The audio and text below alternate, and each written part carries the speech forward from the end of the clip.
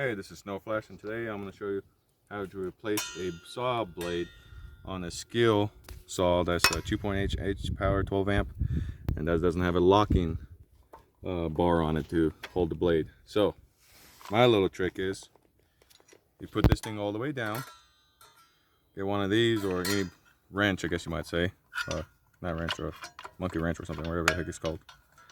Then you get a 1/2 inch wrench, and then you just go counterclockwise, and then you just unscrew it like that. Then you take that off, that,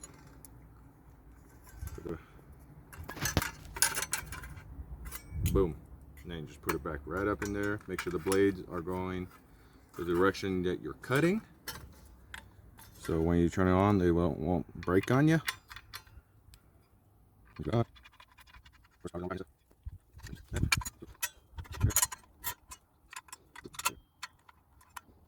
that's how you do it for these.